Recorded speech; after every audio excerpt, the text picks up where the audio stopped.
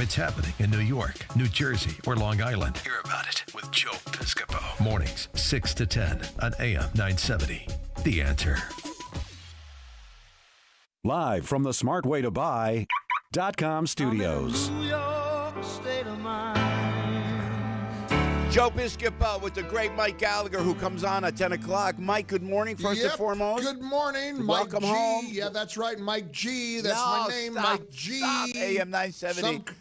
Some people call me promo code Mike G. That's my nickname. Did you know that? That's what they call me in the hood. They say, "Hey, there's promo code Mike Jerry G." Crowley calls him former AM 970 The Answer host. Mike G. No, because it's one world, baby. I win, you win, I win. Jerry Crowley knows that. He loves one world. Jerry is right here. He comes into the studio just to welcome you back from the border, man. Did you Did you parachute in or go by limo?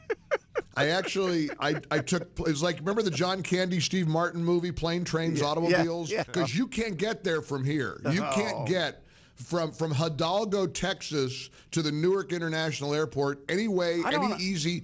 I don't want to say that you're a big star, but the boss never comes into the studio. As soon as we saw Mike Gallagher coming on, Jerry Crowley comes in, sits down, very concerned about you that you got back home safely. Yes, let me tell you what a big star I am, and this is a good conversation to have with the legendary superstar Joe Piscopo. Oh yeah.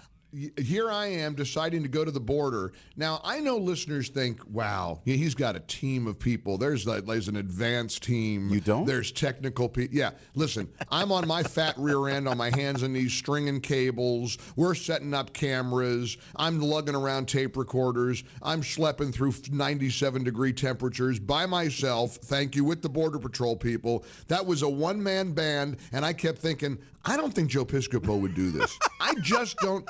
I mean, Joe won't ride the subway. So here I am at the border, crossing back and forth, going over to Mexico and forgetting my passport.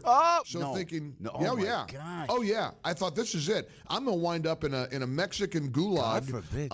Oh, yeah. Speaking of MyPillow, I thought, I wonder if I could use a MyPillow mattress topper in Mexican jail. You know, when I went down to Fort Bliss with a New Jersey contingency years ago when they were deploying the National Guard to Iraq, and we went to, there were 3,900 strong in the New Jersey National Guard that they deployed to Iraq at the time, Mike. And I went down there, and you're absolutely right. When you go down in that desert, it ain't easy. It's hot, it's sweaty, there's buses, you get there. But I can't imagine once you go down toward Mexico. But did you really go on the other side of the border? Yeah, we went over to Nuevo Progreso, which is right across the border. It's on the Progreso International Bridge. Right. It ain't no Michael's of Brooklyn, but it's okay. Well, you know what's interesting is it's a little town with dentists and plastic surgeons and doctors. I mean, Stop it. Jerry, for the next medical procedure Jerry needs, he can go over there, save a bunch of money. I mean, they take good care of you, and you pay a fraction. Go ahead, boss. Go ahead. Yeah, but there are no available body parts. They've all been spoken for. We don't know that.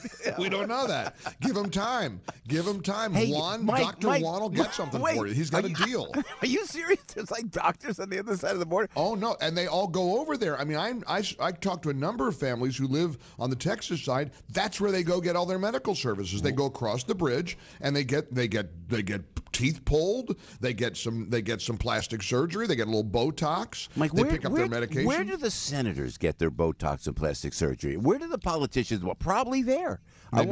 Because I want to know, and only Mike Gallagher can find that out, boss. Am I right or wrong? Every time I see a senator, I'm jealous. I speak out of this is absolute just envy. Well, let's face it. I mean, Nancy Pelosi's face hasn't moved in about 3 years. Come on, can we be real? You see, you had to take it to the next level. Maybe that's why. Maybe that's where John Kerry actually went to get some plastic surgery. John Kerry. Yeah, because that work didn't. If that's the look he's going for. I hope he got a refund or 50% discount. But it was. Let me tell you guys a serious story yesterday that was very interesting. Speaking about planes and travel and all that, and I flew back from McAllen into Houston and then Houston into Newark. And in the flight from McAllen to Houston, a bunch of brown-skinned Mexican children got on the plane, and I mean, we're talking 18 kids. Wow. And they all had a uniform type T-shirt on. And and dummy me, as naive as I am, I'm thinking they're on like a tour group. Yeah. I think it's like they were deportees. They were being deported.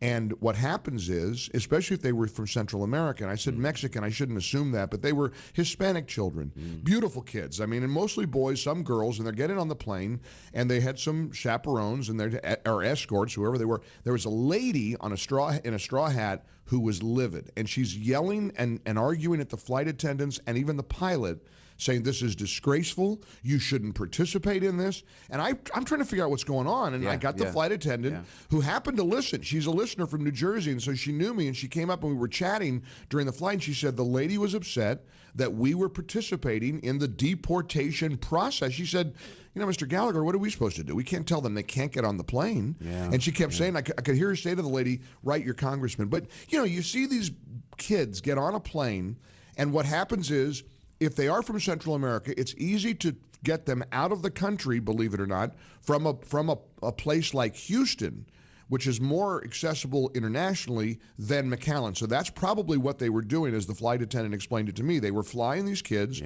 out of, you know, listen, you can't help but think of the sadness. And these kids, they were alone. Joe, Jerry, they weren't with their parents. They were by themselves. So I'm guessing this was a group of unaccompanied minors who had tried to sneak across the border. They were apprehended, and now they're being deported. And the lady, you know, straw hat, little floral bag, you know, looked like a candidate for, you know, the cover of Bella Abzug. Yeah, she's the cover. She reads Mother Jones a lot, if you know what I mean. Yeah. And she would, but you know, she's a lady with a heart and compassionate, and hates to see these kids being marched out of the country. Were they going back to their parents, do you think? I don't know. See, I don't know what that journey looks like, and I'm going to try to find somebody who can kind of explain to me what that journey is about. But you know, we never should lose the sight of these children and these terrified children and where they're going, and parents who send them into another country alone, often to be trafficked and be mules and all that's terrible stuff that happens. Meanwhile, the lack of civility, where you and I, Joe, try to have conversations with decency and civility and listen to the other side. Yes, sir. The left is just they are on steroids. This business, it turns out the Red Hen story was a little more complicated than it was first portrayed. Apparently the owner not only kicked Sarah Sanders out of her restaurant, the Red Hen in Virginia, but then organized a group of protesters and tried to chase the party down at the other restaurant they went to and disrupt their dinner funny how the owner didn't say that in her op-ed. Did you notice that she didn't mention that? Yeah, wow. You know? I know. I don't understand. They should have put Maxine Waters on that plane with you, guy out there. I'm just saying. But she seems nice, doesn't she? She seems like such a nice lady. I'd love to sit on like a long flight with her, like 11, 12 hours, sit next to Mike, Maxine. I know you got to go. We always appreciate you checking in with us, but I wonder if this will backfire, if the midterms will backfire because of all the meanness and the violence coming from the left. I believe it will. You know, I get so angry when people say somebody's going to get hurt. Somebody's going to get hurt. Can I take you back to that baseball field, that congressional baseball practice? Joe, let us not forget that was, and I'm not trying to inflame this, I'm stating a fact. It was a Bernie Sanders supporter who was hunting Republicans. That's a fact. He asked, where are the Republicans practicing baseball? And he nearly killed Steve Scalise. Somebody already has gotten hurt. We've got to ramp this down. And you know how I think it is backfiring? Chuck Schumer. Kudos to Chuck Schumer. Look at him standing there on the floor of the Senate saying we should not be harassing fellow citizens in restaurants and public places. Now, cynical people say, oh, that's just because he knows he's losing the argument and they're going to get killed in November, shellacked at the polls, right?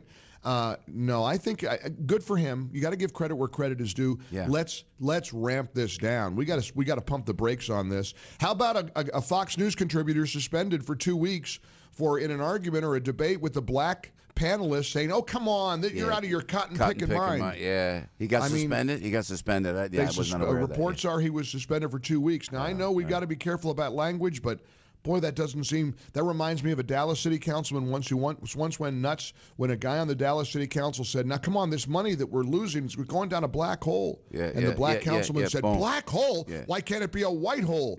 Are we going a little bit overboard? We're going to try to tackle that and a whole lot more, Mr. Piscopo. Right. Hey, Mike, got a busy day. Mike, Jerry here. Yes, Mr. Crowley. Yes, sir. Yes, you're a handsome, powerful man. Yes, sir. Well, the boss is in the town. The boss is in the now house. I've lost the segue, but I'm going to try to pick it up. Yes, sir. While we're giving out kudos, big kudos to you for getting your aforementioned butt out of here, going down there. It's the real deal. And it's Thanks, Jerry. It's what you and Piscopo and Morano do. You hit the streets, you tell the story.